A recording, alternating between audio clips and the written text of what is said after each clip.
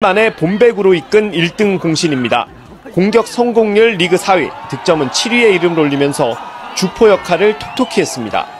아시아 쿼터 올해로 20주년, 앞으로 100년을 함께 향해 여러분들과 함께 정진하고자 합니다. V리그가 동계 스포츠의 중심으로 나아가 프로스포츠의 핵심으로 성장. 10월 17일 제가 외신 기자단을 대상으로 한일 문제에 대해 브리핑을 한 것을 잘 알고 계실 겁니다. 당시 저는 국내 언론의 비판이 있을 것임을 잘 알고 있으면서도 regulasi baru KOFO yang secara tidak langsung berpotensi mendatangkan kembali Megawati Hangestri ke Red Sparks disambut dengan sindiran dari media Korea.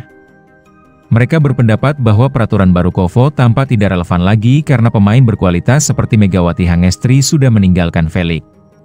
Sebelumnya, Megawati Hangestri dipastikan tidak akan kembali bermain di Red Sparks untuk musim yang akan datang.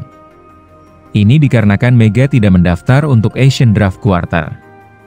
Saat itu, pelatih Red Sparks Ko Hye-jin sempat menyuarakan keprihatinannya tentang kebijakan KOFO yang mengharuskan pemain asing V-League menjalani ujian coba.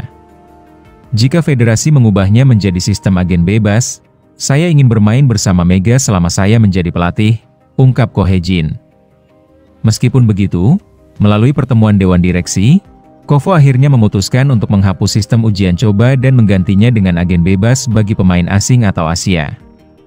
Dewan Direksi memutuskan untuk mengimplementasikan sistem agen bebas, yang mulai berlaku pada musim 2026-27 untuk pemain Asia dan musim 2027-28 untuk pemain asing, demikian rilis KOFO pada hari Selasa, 24 Juni 2025. Keputusan ini diambil karena masalah pada sistem ujian coba, yakni penurunan kualitas pemain yang mengikuti dan kesulitan dalam memilih pengganti pemain, tambahnya.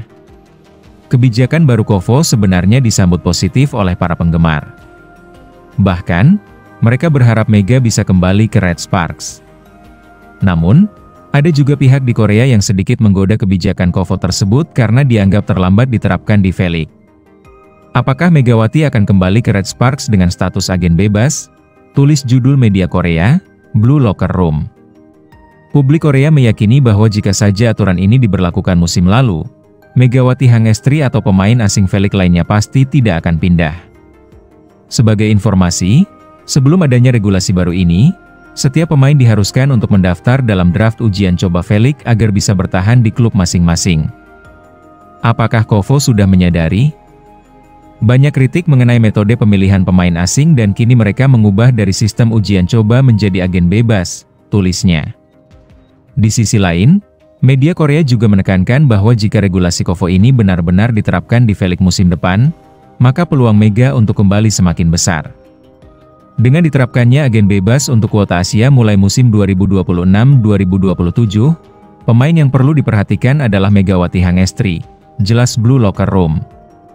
Sebagai oposite terbaik di V-League, dia memimpin Red Sparks ke babak playoff selama 2 musim berturut-turut, tambahnya.